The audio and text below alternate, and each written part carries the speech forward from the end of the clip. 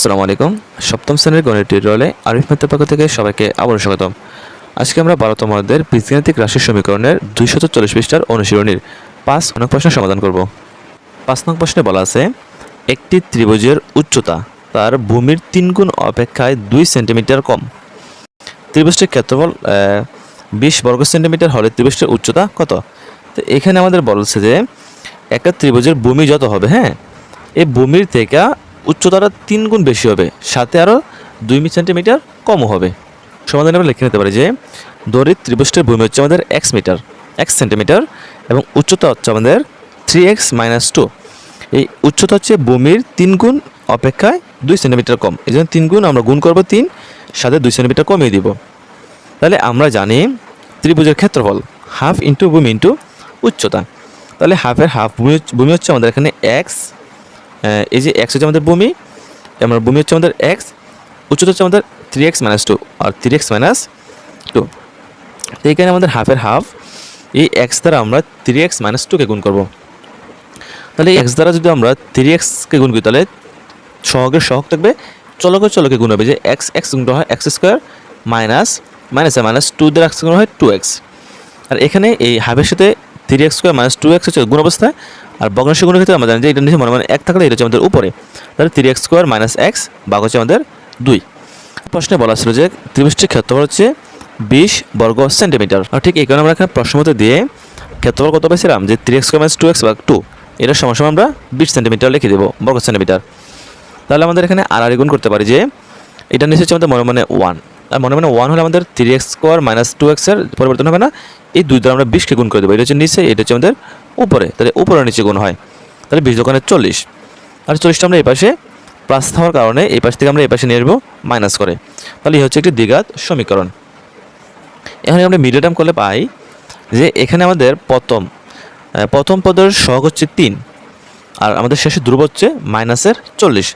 তাহলে এখানে 3-এর সাথে যদি আমরা -40 গুণ করি তাহলে পাচ্ছি আমরা -120। তো এখন এই 2xকে আমরা এমনভাবে ভাঙাতে হবে যাতে করে আমরা যদি গুণ করি তাহলে পাবো 120, যেটা হবে মাইনাসের, এবং যোগ বিয়োগ করলে পাবো আমরা -2। তো এখানে আমরা একটু সহজে যেটা হিসাবটা করতে পারি যে 120কে আমরা এখন ভাঙাবো। 120কে যদি আমরা ভাঙাই তাহলে যদি আমরা 2 দিয়ে ভাঙালে হচ্ছে আমাদের 60, 2 দিয়ে হচ্ছে আমাদের 30, 2 দিয়ে হচ্ছে 15, 3 দিয়ে হচ্ছে আমাদের 5। তো এখানে আমরা কি পাচ্ছি যে 3 × 5 = 15, 2 দোকানে 4, 4 দোকানে 8। এই 8-এর সাথে যদি আমরা 15, 8 থেকে 15 বিয়োগ করলে আমাদের কখনোই মিলতেছে না। তো এখানে আমরা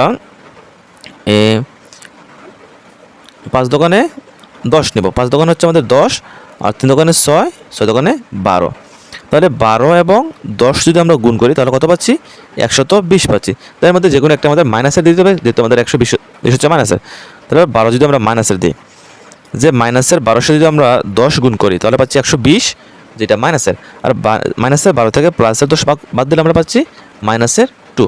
আশা করি এটা সবাই বুঝতে পারছো যে এই মাইনাসটাকে যদি আমরা ভাঙাই তাহলে -12x + 10x, যেখানে এই -12 এক্সের সাথে এক্স থেকে যদি আমরা +10x বাদ দিয়ে দিই তাহলে কিন্তু আমাদের এই -2টা এক্সে থাকে, আর -12 +10 গুণ করলে -120 হচ্ছে। এখানে আমরা জোড়া করব, যে এটা একটা জোড়া, এটা একটা জোড়া। তো এখান থেকে আমাদের 3 কমন নেওয়া যায়। এখান থেকে আমাদের 12কে বাংলা হয় 3 × 4 = 12, এরকম হয় যে 3x² - 12x। তাহলে এখানে 3x × x মাইনাস 12কে বাংলা হয়ে 3 × 4 = 12x। এখানে x আছে, এখানেও x আছে, এখানে 3 আছে, এখানে 3 আছে, এখানে x আছে, এখানে x। তাহলে আমরা 3x কমন নিতে পারি, নিলে কি থাকে এখানে x বাকি আছে -4। তাহলে 3x কমন নিলে আমরা পাচ্ছি x - 4। তো এখানে আমরা 3x কমন নিয়ে নিলাম আর পাচ্ছি আমরা x - 4। তো পূর্বে নিয়ে আমরা এই মাইনাসের সাথে এই মাইনাস গুণ করবো, তাহলে মাইনাসে হয়ে যাবে এখানে প্লাস। আর এখান থেকে আমরা কী কমন নিতে পারি, যে এখান থেকে আমরা 10 কমন নেই, তাহলে 10 কমন আমাদের বাকি আছে x প্লাসে মাইনাসে মাইনাস, আর এই 10 দ্বারা 40 ভাগ করলে পাচ্ছি আমরা এখানে 4। মানে এখানে যেটা হবে আমাদের এখানে তো ঠিক এইটাই হবে। তাহলে আমরা +10 কমন নিলে পাচ্ছি এখানে x - 4, এবং এই দুইটার মধ্যে যে কোনো একটা এখানে চলে আসবে। আর যেগুলো কমন নিচ্ছিলাম যে 3x + 10, এটা কমন নিচ্ছিলাম, এটা হচ্ছে আমাদের আরেকটা। আর এখন হয় দিয়ে আমরা বলবো যে x - 4 = 0।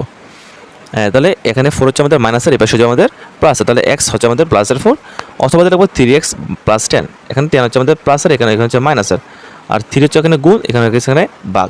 তাহলে আমরা জানি যে মান নির্ণয়ের ক্ষেত্রে মাইনাসের মানটা আমরা সবসময় অগ্রহণযোগ্য হিসেবে গণ্য করি। তো এখানে এক্সের মানটা এটা কিন্তু মাইনাসের মান, এই মাইনাসের কারণে এই মানটা আমাদের গ্রহণযোগ্য, অর্থাৎ আমরা গ্রহণ করছি কোনটাকে, প্লাসের মানটাকে। তো প্লাসের এক্স হচ্ছে আমাদের 4, আর আমরা এক্স ধরছিলাম ভূমিকে। এই যে ত্রিভুজের ভূমি হচ্ছে আমাদের x সেন্টিমিটার আর উচ্চতা হচ্ছে 3x - 2। তাহলে এখানে আমাদের ভূমি হচ্ছে কত, যে ত্রিভুজের ভূমি x = 4 সেন্টিমিটার, আর ত্রিভুজের উচ্চতা হচ্ছে আমাদের ভূমির থেকে ভূমির সাথে ভূমির 3 গুণ থেকে 2 কম। তাহলে ভূমি হচ্ছে আমাদের 3x - 2, তাহলে 3 3, x হচ্ছে আমাদের 4, 2 এর 2, তাহলে 3 4 12 পাচ্ছি। এখানে 12 থেকে যদি আমরা 2 বিয়োগ করি তাহলে পাচ্ছি কত, 10। তাহলে আমাদের উচ্চতা হচ্ছে 10 সেন্টিমিটার, ভূমি হচ্ছে আমাদের 4 সেন্টিমিটার।